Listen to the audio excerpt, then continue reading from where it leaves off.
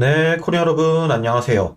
이번 시간에는 수압 스캐너라고 하는 클레이튼 쪽의 수압을 할 때 매우 편하게 사용할 수 있는 서비스에 대해서 한번 알아보도록 하겠습니다. 영상 관련된 질문 같은 경우에는 하단에 보이는 QR코드와 단축 URL을 참고하시면 될 듯 합니다. 먼저 수압 스캐너라는 게 어떤 서비스인지 조금 알아보면 결과적으로 우리가 덱스 서비스를 많이 이용하고 있습니다. 덱스 서비스라는 것은 결국 탈중앙화된 거래소를 얘기를 하는 건데요. 이 탈중앙화된 거래소의 가장 기본적인 기능은 코인 간의 교환입니다. 우리가 가지고 있는 뭐 클레이를 이더리움으로 바꾼다든지 이러한 그 교환 서비스를 하는 게 덱스의 가장 기본인데 이 덱스 어그리게이터라고 하는 말은 무슨 말이냐라고 하면 우리가 최근에는 이제 클레이 수압뿐만 아니라 뭐 클레임 수압 아니면 뭐 팔라 아니면 뭐 UFO 다양한 덱스들이 이제 생기게 되었는데요. 이 다양한 덱스들의 중에서 최적으로 가장 높은 값으로 우리가 그 받을 수 있는 경로가 어딘지를 이렇게 알아서 처리를 해주는 이러한 서비스가 이제 덱스 어그리게이터 서비스다. 이렇게 이제 볼 수 있겠습니다. 자, 이러다 보니까 클레이튼 내에 전 덱스를 이제 연동이 되기 때문에 유동성 규모가 이제 클레이튼 네트워크에 있는 모든 덱스를 사용한다. 뭐 이러한 점 때문에 가장 큰 규모로 이제 유동성을 연동시킬 수 있다. 이런 게 장점이 될 수 있겠고요. 이게 이제 이더리움 기반의 1인치와 좀 어느 정도 서비스가 비슷하다. 이렇게 이제 보면 될 것 같습니다. 그래서 이제 이 수압 스캐너라는 게 언제 이제 런칭이 되었고 이런 것들에 대해서 히스토리를 조금 이제 정리를 한번 해봤는데, 요게 이제 제가 정리한 것은 아니고, 기본적으로 이렇게 독스 내용을 보시면 이렇게 히스토리가 잘 업데이트 되어 있습니다.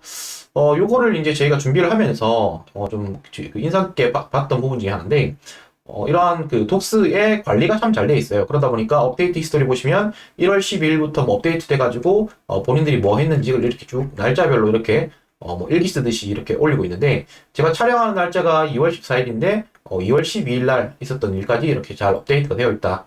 이런 부분이 긍정적인 부분이라고 좀 생각을 들었고요. 그래서 제가 그 중에서 주요한 내용들만 좀 뽑아봤습니다. 제가 봤을 때 크게 한 4개 정도를 보면 될 것 같은데요. 첫 번째로는 1월 18일 날 최초로 오픈했다. 그러면 이제 한 달 정도 된 서비스다. 이렇게 이제 보면 될 것 같고, 토큰 프리세일을 했었는데 이 프리세일이 4주 만에 끝났다. 그 주에 이제 거래 점유율을 22.8%로 2등을 차지했다. 뭐 1등은 당연히 클레이 수압이겠죠. 자, 그리고 2월 3일, 3주차에 거래 점유율 1위를 차지했는데, 좀 더 이런 위상이나 아니면 기술력에 대해서 좀 올라가는 계기가 되었지 않나, 이렇게 생각을 합니다. 그리고 이제 2월 11일 날, 이제 최근이었죠. 서비스가 정식 오픈했고, 그러면서 그 투자사하고 오딧 리포트까지 공개가 했습니다. 그래서 이제 투자사는 뭐 최근 그 클레이튼 기반에서는 가장 뭐 그래도 좀 인지도가 높은 크러스트가 리드 투자사로 그 밝혀졌고, 그 다음에 해치랩스에서 오딧 리포트를 작성했다. 이렇게 이제 지금 진행이 되고 있다고 보시면 될 것 같습니다. 또 좀 특징적인 것들을 살펴보자면, 최근에 이제 클레이와 SCNR 유동성이 공급이 되었는데, 요게 한 250만 클레이를 포함해서 상당히 큰 규모로 유동성이 공급이 되었다.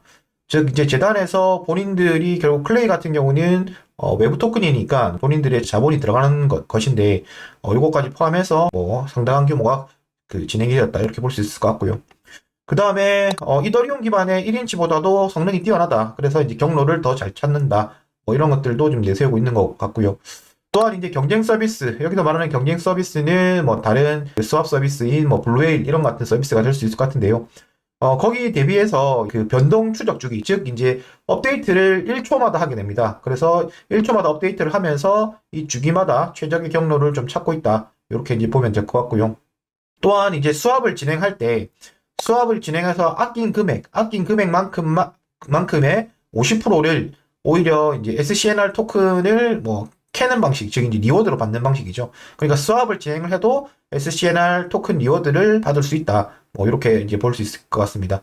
그래서 이렇게 해서 주어지는 토큰 자체가 계속 뭐 내다 팔만 하는 그러한 게 아니라 이제 절반 규모를 SCNR 그 바이백 펀드에 조성이 됩니다. 이것은 이 뒤에 좀 더 자세히 설명이 되어 있을 텐데, 요거 관련해서도 뭐 이러한 특징들이 있다. 이렇게 알아두시면 좋을 것 같습니다.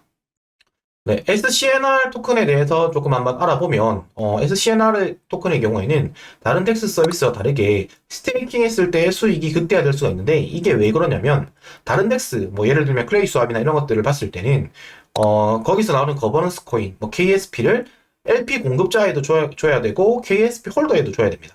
이러한 점이 있는데 여기는 LP가 필요가 없는 거예요. 왜냐면 다른 LP들 클레이 스왑이라든지 클레임 스왑이라든지 거기에서 이미 LP를 공급하고 있는 사람들이 있기 때문에 그 LP를 그냥 갖다 쓰는 거기 때문에 LP에 대해서 보상 지급할 이유가 없는 게 가장 큰 이제 특징이라고 할 수 있고, 그러다 보니까 이 SCNR 보유자들에 대해서 어느 정도의 그 메리트를 더 챙겨줄 수 있다. 이런 게 장점이다. 라고 볼 수 있겠고요.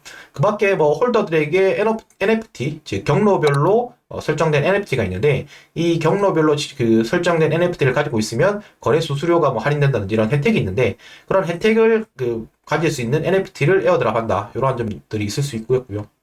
또한 앞으로 이제 이러한 그 기술이 뭐 계속 뛰어나다고 강조를 하고 있는 부분이 있다 보니까 이러한 기술을 바탕으로 뭐 팜이라든지 아니면 스테이블 토큰 이러한 것들에 대한 어그리게이터, 또한 이제 CEX 즉 이제 중앙화된 거래소죠. 뭐 업비트 같은 중앙화된 거래소에 연동도 하겠다. 그때도 이제 SCNR을 사용하겠다. 이렇게 얘기를 하고 있고요.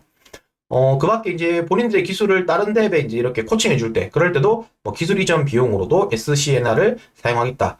라는 점을 이제 주요 장점으로 꼽고 있습니다. 네, 이 부분의 경우에는 SCNR 토큰이 어떻게 바이백 펀드가 조성이 되는지 뭐 이러한 내용인데요.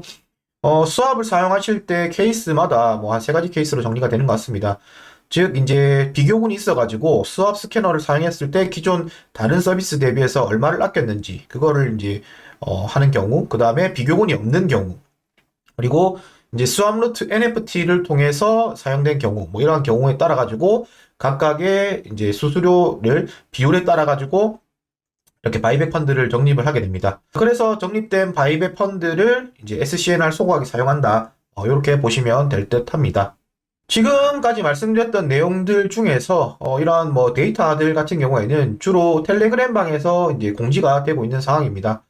지금 보시는 왼쪽에서 보일 수 있는 스왑 스캐너 점유율 이러한 부분이라든지 아니면 스테이킹 규모, 스테이킹 규모가 지금 현재 티벨이 230억이다 이런 식으로 매우 크다 이런 것들이 현재는 전부 다 텔레그램 공지로 되고 있는데요. 스왑 스캐너 점유율 같은 이러한 부분들의 경우에는 대시보드 기능으로도 업데이트가 되어서 실시간으로 공유가 된다고 하니 좀 더 편리하게 이제 볼 수 있을 것 같습니다. 자, 이제 실제 화면을 보면서 그러면 거래가 어떻게 이루어지고 뭐 화면 구성은 어떻게 되어 있는지를 한번 살펴보겠습니다. 네, 기본적으로 스왑 스캐너 같은 경우에는 결국에는 스왑하는 게 메인입니다. 스왑하는 게 메인이니까 여기 이제 보시는 스왑 사이트, 스왑 그 서비스를 보시면 이렇게 인터페이스가 뭐 우리가 기존에 보던 그 중앙화된 거래소와 좀 비슷합니다. 어떤 점이 비슷하냐면 이런 차트가 같이 포함되어 있다는 게 좀 비슷하다고 볼 수 있을 것 같고요. 자, 그래서 요거에 내가 가지고 있는 이더리움, 본인이 가지고 있는 뭐 지갑에 있는 이더리움을 다른 걸 바꾼다든지 아니면 내가 클레이튼을 가지고 있다고 치면 클레이튼을 USDC로 바꾼다고 치면 수량을 입력하고 스왑 버튼을 누르게 되면 처음에는 이제 토큰 허용 아마 그 창이 뜰 겁니다. 저 같은 경우는 이미 허용이 되어 있기 때문에 안 뜰 테지만 허용이 뜨고 그 다음에 이거 스왑을 누르시면 이렇게 트랜잭션이 발생을 하시는 것을 볼 수 있을 것 같고요. 자, 이렇게 했을 때 이제 정상적으로 스왑이 진행이 되는 이러한 거고요.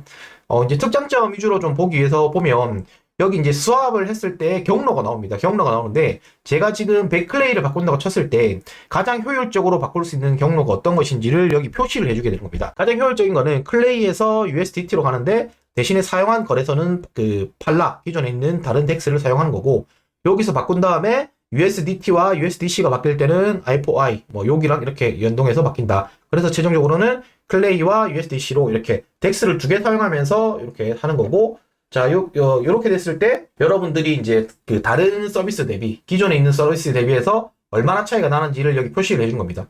클레이 수압 대비해서는 네가 얼마를 절약했어, 뭐 팔라 대비해서는 얼마를 절약했어, 이런 것들을 표시를 해주면서 즉각적으로 이렇게 반응이 되는 것을 보실 수 있고, 또 지금 제가 찍으면서 갑자기 이게 그 경로가 바뀌는 걸 보실 수 있는데요. 요게 1초당 그 내비게이트, 즉 이제 그 경로가 계속 업데이트가 됩니다. 업데이트가 되다 보니까 현재 시점에서의 가장 최적 경로가 계속 업데이트 되는 것을 여러분들이 보실 수 있고, 여기도 보시면 실시간 수압, 즉 이제 클레이튼 네트워크 내에서 일어나는 수압들이 계속 이렇게 업데이트가 되는 것을 보실 수 있는데, 이렇게 이제 유동성들이 바뀌게 되면 그 바뀐 것들 때문에 현재 시점에서는 어떤 게 더 유리하다가 계속 업데이트 된다. 이러한 게 계속 이제 장점이라고 여러분들이 보실 수 있을 것 같습니다. 자, 이 밖에 우리가 뭐 그 큰 수량을 바꿀 때 이게 그 가장 좀 유용하다고 저는 생각을 하고 있는데요. 무슨 말이냐고 하면 예를 들어서 클레이튼을 제가 지금 100개가 아니라 한 뭐 10만 개 정도를 뭐 바꿀 일이 있다고 해보겠습니다. 생각보다 이 정도는 좀 자주 있는 일이거든요. 그런데 이 그 클레이튼을 예를 들어서 뭐 리플이라는 코인으로 우리가 전송을 하기 위해서 현금화를 하기 위해서 리플로 바꿔서 보내면 되니까 그러면 이제 리플로 바꾼다고 예를 들어 볼게요. 그럼 이렇게 예를 들어 봤을 때 자, 여기 보면 수압 상세 경로에 이렇게 보시는 거와 같이 다양한 경로가 뜨게 됩니다. 즉 클레이 수압에서 일부 즉 68.42%는 리플로 바로 교환하는 게 가장 효과적이고 10% 클레이 수압에서 USDT로 가는 게 한 10%, 그리고 그 10% 갔던 USDT를 다시 XRP로 바꾸는 게 요 경로, 이렇게 해서 만들어진다. 그래서 이런 경로별로 전부 다 이제 세분화돼 가지고 뭐 클레이 수압뿐만 아니라 클레임 수압 이렇게 이제 넘나드는 거죠. 모든 클레이튼 네트워크 상에서의 덱스를 넘나들면서 이렇게 이제 거래가 성립이 되기 때문에 여기 보면 계속 이제 얼마가 절약된다가 또 실시간으로 표시가 되고 하니까 뭐 상대적으로 이런 유동성 부족이라든지 뭐 이런 것들이 상당히 좀 해결될 수 있지 않나 이렇게 생각을 하고, 자, 그리고 이제 이러한 기본적인 수압 서비스뿐만 아니라 여기 이제 토크노믹스가 적합이 되어 있기 때문에 또 스테이킹 즉 할 수 있는 것들이 하나 더 있는데요. 여기 보면 스테이킹 항목으로 와보시면 SCNR과 클레이를 페어로 해서 묶었을 때 예상되는 이율, 그 다음에 복리가 적용됐을 때 이율, 이런 것들이 이제 주어지게 됩니다. 이 SCR과 클레이를 LP로 만들어서 스테이킹을 하게 되면 요거 같은 경우는 뭐 언제든지 넣었다 뺐다 할 수 있는 거기 때문에 여러분들이 아마 손쉽게 또 이렇게 SCNR을 가지고 있다면 뭐 수압을 몇 번 해서 이렇게 생기실 텐데, 이런 것들을 계속 페어로 묶어서 유동성을 공급할 수도 있고, 그게 아니라면 단독 스테이킹도 가능합니다. 단독 스테이킹도 가능한데 요거 같은 경우에는 스테이킹을 했을 때 다만 이 출금했을 때 뺄 때 7일간의 락업 기간이 생긴다는 것은 아셔야 될 것 같습니다. 자, 어쨌든 이렇게 통해 가지고 추가적인 수익을 얻을 수도 있기 때문에 뭐 SCNR의 자체적인 이런 토크노믹스라든지 이런 것도 좀 어느 정도는 구축이 되어 있다, 이렇게 이제 보시면 될 것 같습니다. 자, 그리고 이제 여기 있는 덱스를 눌러보시면 아까 말씀드렸던 이런 업데이트 히스토리 뿐만 아니라 상당히 좀 덱스가 성의껏 쓰여 있다, 이렇게 좀 볼 수 있을 것 같습니다.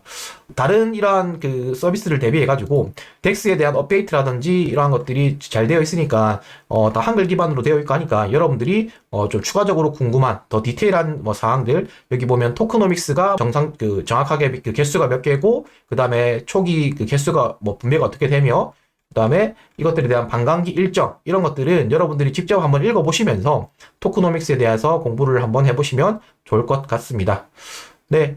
오늘 이렇게 해서 클레이튼에서의 수압 거래를 할 때 유용하게 사용하고 있는 수압 스캐너에 대해서 알아봤는데요. 영상이 도움이 되셨으면 구독, 좋아요, 알람 설정 부탁드리겠습니다. 네, 감사합니다, 코리아 여러분.